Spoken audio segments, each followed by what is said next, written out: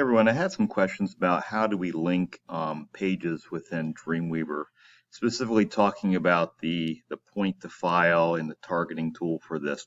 So in Dreamweaver, it's sort of cool on how we can go back and we can actually link pages together. So again, you can apply it to text, you can apply it to objects. So I'm just going to go up here and double click on basics. Okay, so what I want to do is I want to point this out to the index.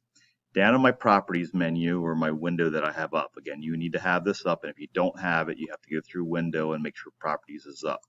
There's a section down here called link. To the right of that, there's a point to file target tool. So it looks like a little targeting tool.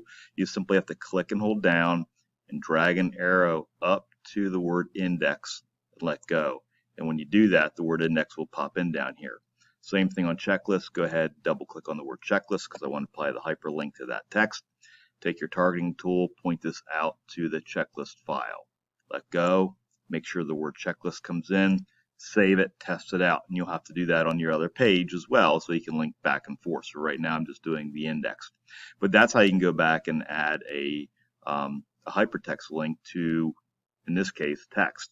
But you want to use this point to file targeting tool down here in your properties window.